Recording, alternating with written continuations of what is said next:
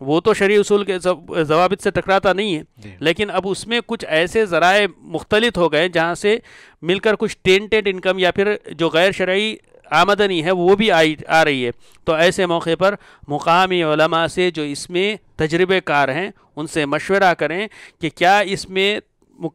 جاری رہا جا سکتا ہے یا نہ رہ سکتے ہیں. بلکہ بہتر تو یہ ہے، اگر شخصی تقوی کا سوال ہے اور شخصی فتوے کا سوال ہے تو میں یہی بولوں گا کہ شخصی طور پر چھوڑ دیں اس کو. من ترک للہ شیئا عوضہ خیرا منہ، کہ اللہ تبارک و تعالیٰ کی رضامندی کے لیے اگر کوئی چیز کسی چیز کو چھوڑتا ہے کوئی آدمی، تو اللہ تبارک و تعالیٰ اس سے بہترین چیز اس کو عطا کرتے ہیں. تو اللہ پر بھروسہ کر کے چھوڑیں اور باہر نکل جائیں. اس میں ہرگز بھی جائز نہیں ہے کہ اس منافع کو اپنے ہاتھ میں رکھ کر اس کے ساتھ گزارا کیا جائے اور اس میں کنٹینیو کیا جائے، الا یہ کہ بالکل سخت حاجت اور ضرورت کی شکل ہو جائے اور علماء سے فتویٰ لیا گیا ہو، علماء سے رجوع کر کے فتویٰ لیا گیا ہو. تو یہ استثنائی اور ایکسیپشنل طور پر کسی کو مل سکتی ہے اس میں اجازت، وہ بھی یعنی علماء کی ثوابدید پر، اور علماء جو اس کے اہل ہیں وہ اس کا فیصلہ کریں گے. اللہ تعالی عالم. جزاکم اللہ خیر. جو لوگ کمپنی میں شریک ہوئے ہیں اور ایسی کمپنیوں میں جو اسلامی اصول و ضوابط کے مطابق کام نہیں کر رہی تھیں یا نہیں کر رہی ہیں،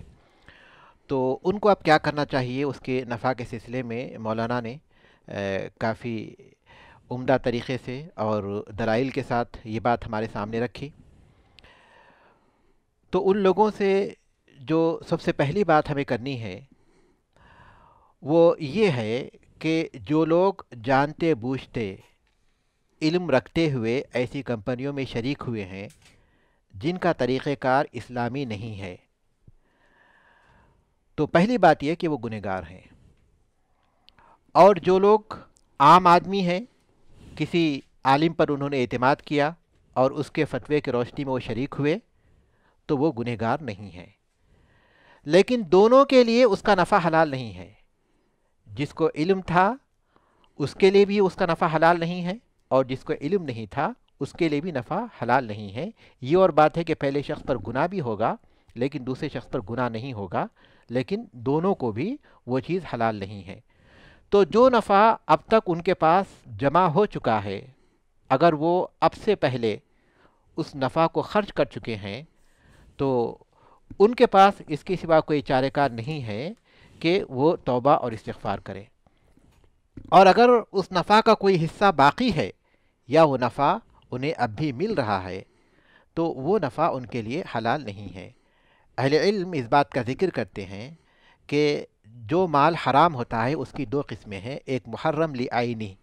جو عین مال حرام ہے، جیسے غصب کیا ہوا مال، چوری کیا ہوا مال، یہ مال اس کے لیے بھی حلال نہیں، اور وہ مال دوسروں کے لیے بھی حلال نہیں کہ وہ خرچ کرے، کسی پر خیرات کرے، یا اس کے وارث اس کے مال کو لیں، اس کے وارث بن جائیں. یہ حلال نہیں ہے کیونکہ وہ ایسا مال ہے جو کچھ حق والوں کا ہے اور وہ مال ان حق والوں تک واپس کرنا ضروری ہے. اور دوسرا مال ہے وہ محرم لکسبی ہے، یعنی حرام طریقے سے اسے کمایا گیا ہے. کمپنیوں سے جو مال حاصل ہوا ہے انہیں، ایسی کمپنیوں سے جن کا طریقہ کار اسلامی نہیں ہے، تو وہ محرم لکسبی ہے، یعنی حرام طریقے سے کمایا ہوا مال ہے. تو وہ مال ان کے لیے حلال نہیں ہے، اور اس کو نیکی اور ثواب کی نیت سے وہ خرچ کریں یہ بھی جائز نہیں، کیونکہ صحیح مسلم کی حدیث ہے، ان اللہ طیب لا یقبل الا طیبا، اللہ پاک ہے اور پاکیزہ چیز ہی کو قبول کرتا ہے. البتہ وہ اپنے آپ کو پاک کرنے کے لیے اس کو اپنے پاس سے نکال سکتے ہیں اور اس کو کسی بھی کام میں لگا سکتے ہیں. یعنی جو مفاد عامہ کے کام ہیں، لوگوں کے فائدے کے لیے کام ہیں، غریب غربا ہیں، مساکین ہیں، ان سب کو جو ہے دے سکتے ہیں، لیکن ثواب کی نیت کے بغیر. تو بنیادی طور پر ان کے مال کا وہی حکم ہے جو سود کے سلسلے میں اللہ تبارک و تعالیٰ نے فرمایا، وَإِن تُبْتُمْ فَلَكُمْ رُؤُوسُ أَمْوَالِكُمْ لَا تَظْلِمُونَ وَلَا تُظْلَمُونَ. سبحان اللہ، کتنا پیارا اصول ہے. اللہ تبارک و تعالیٰ نے بتایا کہ اگر تم توبہ کر لو تو جو اصل ہے وہ تمہارا ہے، نہ تو تم کسی پر ظلم کرو اور نہ تم پر کوئی ظلم کیا جائے. تو تمہارا جو اصل ہے، جو راس المال ہے، انسان کو چاہیے کہ جلد سے جلد اسے حاصل کرنے کی کوشش کرے. تو جو کمپنی ایسے طریقے کے مطابق کام کر رہی ہے جن کے اصول و ضوابط اسلامی نہیں ہیں،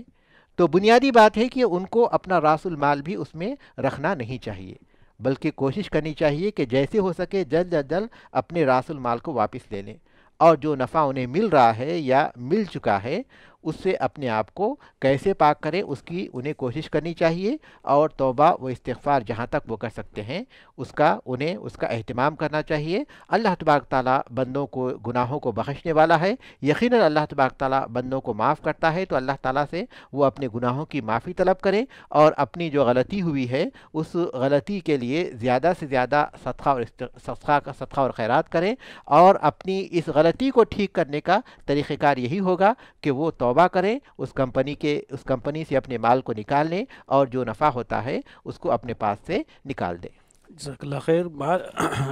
کسبی طور پر یعنی جو مال کمائی حرام کی شکل میں جو کمائی آ گئی، جزاک اللہ خیر، آپ نے بالکل صحیح رہنمائی فرمائی کہ اس کو ہم ربا کے مال کے ساتھ، سود کے مال کے ساتھ جو معاملہ کرتے ہیں وہی کر دیتے ہیں، اس کو تخلص عن الحرام کہتے ہیں، حرام سے چھٹکارا پانے کا طریقہ۔ تو جزاک اللہ خیر، آپ نے یہ بھی بتایا کہ اس کو ہم رفاہ عامہ میں استعمال کریں گے، لوگوں کے عام نفع کے لیے استعمال کریں گے۔ اس میں ایک بات کا میں اضافہ کرتے چلا جاؤں، کیونکہ اکثر مجھ سے اس بات کا سوال ہوتا ہے اور اکثر لوگوں کے ذہن میں یہ بات رہتی ہے، اسی غرض سے میں یہاں پر بتا رہا ہوں، اور مولانا بھی اس سے خوب طور پر واقف ہے، مجھے علم ہے، بس میں چونکہ چوک گئی بات رہ گئی اسی لیے میں بس بتا رہا ہوں آپ کو کہ یہاں پر بات یہ ہے کہ ایسے مال کو کبھی بھی انسان اپنی ذمہ داری ادا کرنے کے لیے نہیں استعمال کرے گا، یعنی اس کے جو مکفول ہوں گے، اس کی ذمہ داری پر جو لوگ ہوں گے ان کو نہیں دے گا یہ مال، ان کے غرض، ان کی ضرورتیں اور ان کی حاجتیں پورے کرنے کے لیے نہیں استعمال کرے گا، کیونکہ ذمہ داری کے لیے اگر دے گا، ذمہ داری جن کی بنتی ہے ان کو اگر دے گا ویسا مال جو کہ تخلص کے لیے، مثال کے طور پر سود کا ہی مال کیوں نہ ہو اور کوئی بھی حرام کمائی کا نفع ہو،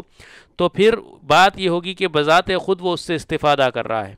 لہٰذا وہ اپنی ذمہ داری جن کی بنتی ہے ان کے لیے نہیں استعمال کرے گا، وہ یعنی اپنی بیوی بچوں پر خرچ کرنا، جی، یا اپنی کوئی بل ادا کرنا، جی، نہ اپنی بیوی بچوں کے لیے، حتیٰ کہ ٹیکس کے لیے نہیں استعمال کرے گا۔ جی، لوگ یہ تہرب عن الضرائب کہتے ہیں اس کو